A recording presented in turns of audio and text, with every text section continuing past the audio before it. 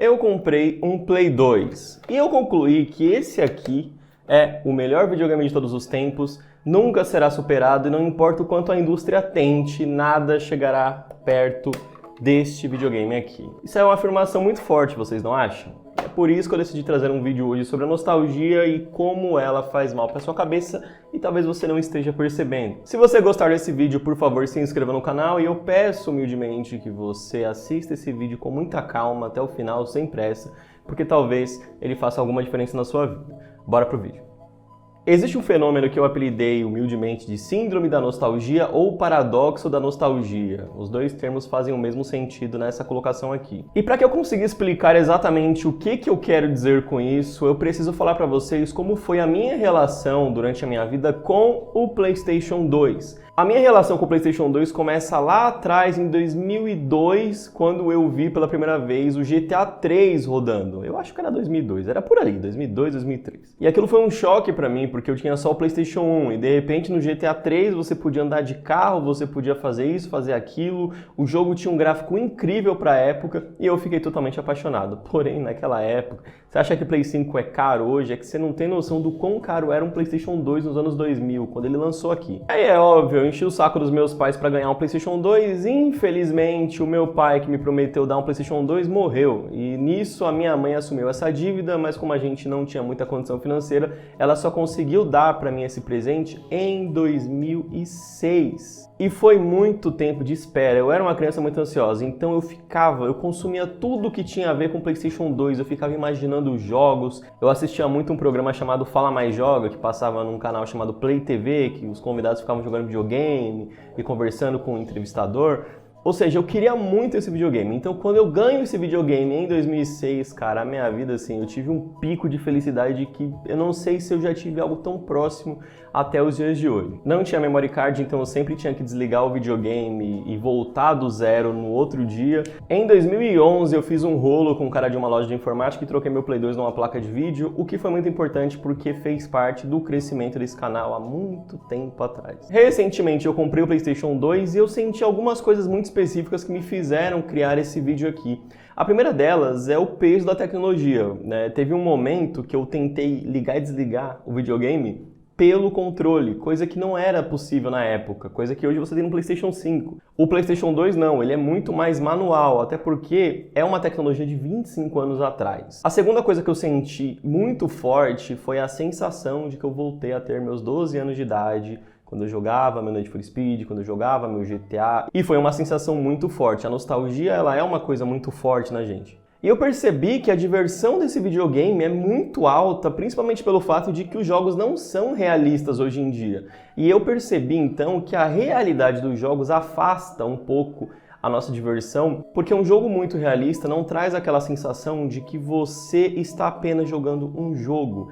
A imersão é de um jeito que ela te gera algum tipo de estranheza que eu não sei explicar. Num jogo antigo não, é tudo muito lúdico, muitos efeitos especiais, muitas coisas bizarras que não são possíveis de ver hoje em dia. E é por isso que é tão bom jogar videogames antigos, porque eles te afastam da realidade. O PlayStation 2 me fez voltar para uma época de muita felicidade, onde eu jogava videogame, não tinha preocupação com nada e tinha uma vida muito feliz. Só que não, né? E é aqui que a gente começa a entender como que a nostalgia pega a nossa cabeça e atrapalha a nossa vida. Só que antes de eu falar sobre isso, é importante dizer que eu não sou psicólogo, tá? Eu não tenho nenhum tipo de formação em nada disso, eu sou apenas uma pessoa compartilhando experiências de vida e vocês podem ou não se identificar nos comentários com isso. Por que é tão legal você catar um PlayStation 2 e zerar um jogo em 2025, por exemplo? Catar um Nintendinho, um Nintendo 64? Pessoal, eu concluí o seguinte, imagina que a vida é como se ela fosse um caderno. Tá? Imaginou? Um caderno. E esse caderno você leva aí, sei lá, 75 anos em média para escrever.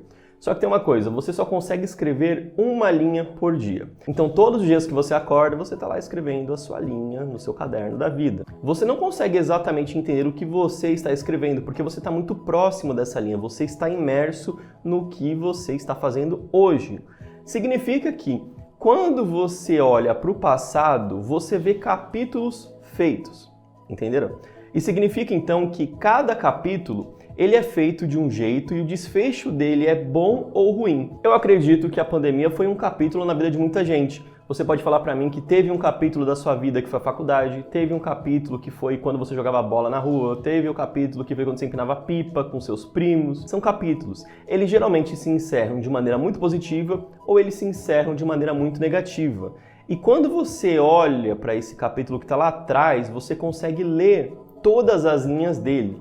Quando você está no presente, você não consegue. Por quê? Porque você está escrevendo dia após dia e esse capítulo não foi formado e ele não tem prazo para acabar. Só que o cérebro ele pega uma peça na gente. Quando eu olho para o passado, a minha cabeça faz com que eu lembre muito mais das coisas boas do que das coisas que eram muito ruins. Sempre será mais fácil para mim achar que antigamente era melhor porque eu só tô conseguindo lembrar das coisas boas. Ao mesmo tempo em que eu olho para as coisas boas, eu não consigo abrir mão do que eu tenho hoje. Vocês entenderam onde é que tá o paradoxo da coisa? Eu gosto daquela época, eu falo que eu gostaria de voltar para aquela época, mas quando eu paro para pensar bem, eu não abriria a mão de coisas que eu tenho no dia de hoje, coisas que eu conquistei, coisas que eu não teria naquela época. E outra coisa que eu me peguei pensando é assim, quando a gente olha para o passado e vê esses momentos muito bons, será que não é como se esses momentos muito bons na época eram uma fuga e hoje são eles que ficaram para que você apague as coisas ruins? Eu posso falar para vocês inúmeras coisas legais que eu fiz na minha adolescência, como eu gostava do Play 2, como eu ficava de madrugada jogando, como era comprar os jogos, onde que eu comprava, como eu me divertia e não sei o que.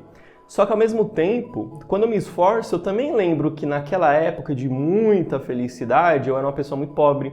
Eu não gostava da minha escola, eu detestava ir para a escola, eu não gostava da maioria das pessoas que estavam lá. A minha vida era muito mais difícil do que é hoje. Eu não tinha iFood, não tinha Uber, não tinha condição de comprar o que eu queria, não tinha como ir para um cinema, ir para um parque. Eu não viajava naquela época, hoje eu posso viajar, mas quando eu olho para trás eu vejo apenas o PlayStation, vejo a risada, vejo não sei o que. Eu particularmente gosto muito de coleções, eu já colecionei várias coisas. E quando eu vejo uma pessoa que coleciona videogames retrô ou coisas muito antigas, eu acho muito legal. Mas será que aquela pessoa que tem uma coleção de mais de 60 consoles, que tem uma coleção com 6, 7, 8, 10 mil jogos, que tem 28 fliperamas em casa, será que tem algo desse passado que ela quer muito encontrar hoje e não consegue e por isso tenta buscar desesperadamente isso? É só uma ideia. Quando você olha para uma pessoa que é fanática por carros, ela ama carro, ela gosta de Opala, aí ela tem Opala, ela só fala de Opala, ela vive Opala e para ela não existe nenhum carro que preste se não for um carro de 1980 para baixo. Mas será que esse apego todo é porque ela ama a estética do carro ou porque o pai ou o avô dela tinha esse carro e essas pessoas não se encontram mais na vida dela? Isso é importante que a gente entenda para que a gente evite ficar refém desse passado muito glorioso, onde tudo era bom, onde tudo era simples, onde tudo era maravilhoso, quando na verdade provavelmente não era. O cérebro ele é uma máquina perfeita em misturar lembranças e misturar matéria. Imagina que você comia muito traquinas de limão. Você comia traquinas de limão e ela parou de ser fabricada já faz uns 18, 19 anos. Um belo dia você vai para o mercado e você esbarra com a traquinas de limão. Na hora vai bater em você o sentimento de quando você comia traquinas de limão, como era, quem foi que te deu a traquinas pela primeira vez, o gosto, o que você fazia enquanto comia a sua traquinas de limão, porque o seu cérebro catou aquela matéria, ou seja, catou a traquinas, pegou sua memória e trouxe essa sensação para você. Tem alguém do seu passado que usava um perfume X, aí um dia você entra num ônibus, a pessoa do seu lado senta com o mesmo perfume. Você vai sentir que a pessoa que está do seu lado é aquela sua pessoa do passado que usava esse perfume. Essa sensação ela é muito boa, mas ao mesmo tempo ela é muito densa e muito pesada, e por isso que temos que ter cuidado com ela. Nessas minhas viagens de nostalgia com o PlayStation 2, eu pensei em coisas que eu achei que seriam legais de compartilhar com vocês. E eu quero que vocês entendam nessa mensagem final agora que daqui a 20 anos você vai olhar para o passado, para esse passado aqui, e vai se lembrar das coisas incríveis que você fez. Por quê? Porque você sempre vai conseguir enxergar perfeitamente um capítulo que já foi escrito, mas enquanto você está escrevendo, não. Então, por favor, jogue o seu PlayStation 2, o seu Nintendinho, assista seu Chaves, dê risada, lembre do seu passado com felicidade, mas mais importante do que isso é: olha para o seu dia de hoje e se questione o que você está escrevendo no seu agora, na sua linha do agora, que você sentirá falta daqui a 20 anos. Até o próximo vídeo, pessoal. Fui!